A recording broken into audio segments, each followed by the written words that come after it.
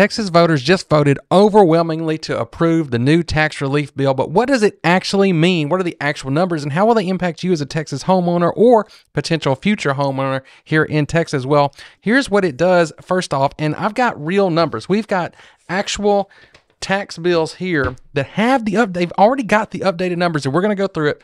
But real quick, just in case you didn't know what it did, it gives you 10.7 cents per $100 of value off of your school tax rate. We'll get to that in a second. And it took your exemption, if I can write exemption, your homestead exemption went from $40K all the way up to $100,000. That's off of the value. That's what you're going to actually be taxed on when you pay taxes here on your house or the house that you're going to buy here in Texas. So what I want to do in this is give you a brief introduction of how those taxes actually work. I want you to understand that, the different entities, and how do we get to, what's the effective tax rates, all that kind of stuff. And then what does it actually look like with the new taxes? How much did it actually save people? How much could it actually save you? Now, I've got 3 examples that we're going to go through here. One of them is a little bit older home. One of them is a little newer home. Both of those are around the $300 price point, which is the average that they're saying everybody should save on average around $1,200 or more on their annual property taxes. And then I've also got a $1.5 million house that we're going to look at. And I want you to leave a comment. Let me know which one of these do you think is going to save the most actual dollars. The 1.5 million, the older 300, or the newer $300,000 house. And I think the results might actually surprise you. So put your guess down there in the comments, and I'm going to, obviously, as we go, you're going to find out. Now, before I switch to my overhead view again so we can go through this, I want to say real quick, if you need somebody to help you, if you're looking to find your new home here in the Austin area specifically, or really anywhere in the state of Texas, I can help you out. I can hook you up. We've got people all over the state. Take down this number. You can call, text, email. If you want to do it old school, whatever it takes, get in touch with us. We'll help you out with that, help you understand everything, make it as smooth as possible, just like I'm going to try to do explaining this here. And if you want to learn more about the Austin area specifically, also make sure you do get down there. Hit that subscribe button. And if you like people explaining this, it'd be cool if you hit the like button too. I would appreciate it. But let's go ahead and jump down into the overhead view. This is the first one. Now, this is the newer home. This one's actually in Leander, and all of these are in Williamson County. Shout out Williamson County. They had this already ready to go for us. And you know what? I'm going to zoom in a little bit closer for you here. Let's bring this camera down. So if you're looking at the little screen of me, this will be right in front of my face. But that's okay. What you want to see is right here. So I've got this comparison. I couldn't believe really that they had this already rolled out, ready to go. Hey, they're on top of it there. I'm sure they already knew this was going to happen, and they had it pretty much. They just needed to hit a button. But here we go.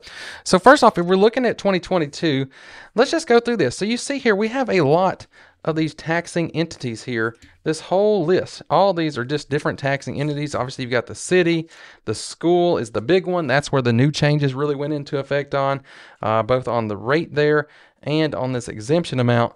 But you see all these different entities have their own rate.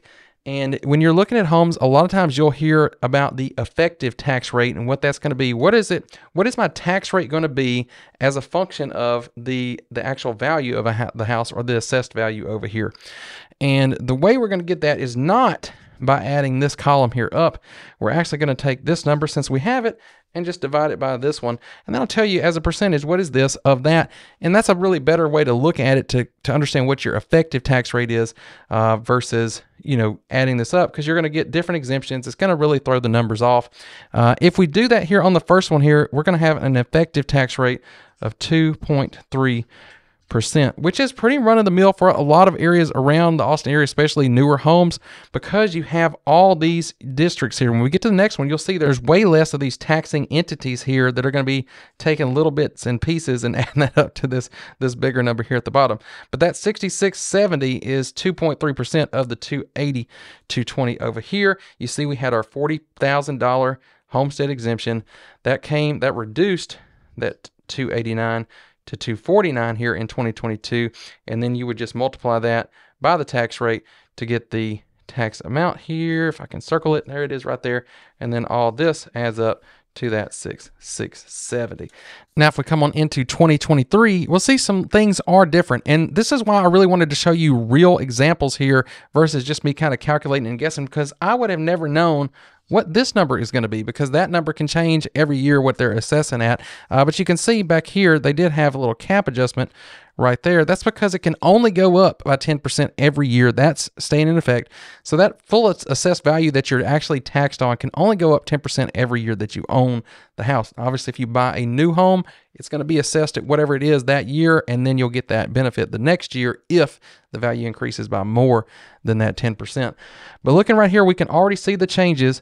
You've got your school tax rate right there, that Leander ISD, that has come down. It actually came down a little bit more than the 10.7. So these can fluctuate on their own. They change these up and down a little bit every year anyway. But that came down there, and this right here went up to $100,000, and that's coming right off this number over here to get you down to 217 from 317, and then you're going to multiply the new lowered tax rate by the new lowered taxable amount to get this new amount right here. Then we're going to add all these up again to get to our new number right here. That is actually going to be a reduction from 2022. Even though the value went up, we've gone down $547, and let's get this paper stated here. $547.92 and a new effective tax rate of 1.93%. So we're looking pretty good here. We're not saving that $1,200. You know, we said $1,200, and not here. We're not getting that on this one. And I'm going to tell you what you're about to see. That's due in part to a lot of these extra districts here taking taxes. So let's move on to the second example. Now this one is the older home. It's in the Georgetown area, but it's actually not in the city. I've already kind of worked ahead here a little bit. You see we're at just 1.51% before we even had the change. This is just the original rate, the effective tax rate at 1.51%. That's the 48.55 over this 320 value over here. And the good thing about this is you don't have that many of these taxing entities like you did that ran all the way down here. You've just got a few. You've got the county, you've got the school, and a couple other little things here. You know, so if you can get outside the city limits, if you can get outside of the newer development neighborhoods where they've got to have these different districts to help improve and build out everything, that will save you a lot of money on its own before you get into the rest of this. And then once we come on over here to 2023, we bump that exemption up. We lower this tax rate here. And even though the value actually went down just a little bit, so that helped us out even more. And by the time we do all that, we got over here, we multiplied that to this and got our rate, our final total amount, I should say, at $3596.28. So this is a real comparison here. So you can see we were promised, what did we say, about $1,200. This one is actually down $1,258.90 of a decrease here from 2022 going to 2023. And it did come down a little bit, like I said, but it's roughly the same amount. The biggest deal is right here in that school tax rate and right here in that exemption. So there you go. That's the two that are close to 300,000. You can see obviously here we saved a lot more on this one because of not having all these entities, and it was already lower anyway. But here we go. The last one, the big one of the bunch. This one here has a assessed value in 2022 of $1.413 million. And you can see we've got all the same stuff here. The exemptions are bigger because those kind of fluctuate differently based on the rates. But again, this time we actually are in the city of Georgetown. Again, we're in Georgetown ISD. Still not very many districts that are pulling from this, but we are in a much higher price bracket. So in 2022, they paid $26,754 on their property taxes. But look at this. The value went up to $1.55 million here. It actually would have gone up more, but here's something to notice. You see that $77,000 right there? That is because we get that 10% limit. It can only go up 10% every year. So it would have gone up even more based on what they're assessing it at, but they capped it out, and that kept it from going up $77,000 more than it did for the taxable value that we want to get right here. After we subtract these exemptions, and we got our $100,000, we got our lowered tax rate, multiply that out, add this up, and now you got $26,355. We only dropped on this one $399. So a whopping $399.41 on the $1.5 million house. We're still paying over $26,000. Now, part of that is due to this increase, but you know it's definitely going to have a much bigger impact for you at a lower price point compared to these. Because I mean, we went from I think we were at 1.8 9. If I divide this out over here, 1.89% for that one, and we went all the way down to just 1.7 over here. So it's a decrease. The decrease is more in that percentage than in the actual value because the price going up, but it did come down some. So is that what you thought? Did you think the $1.5 million would have the biggest? I mean, I kind of going into it, that's what I thought. I thought that would be, at least dollar-wise, the biggest, even if it wasn't percentage. But it turns out that if you can find a house that doesn't, not a brand new house, one that's a little bit older, not in a brand new development, and in that sweet spot around 300, 400,000, that's where you're going to see the biggest savings here, at least here in Williamson County. Are you seeing something different in your area? Are you comparing this?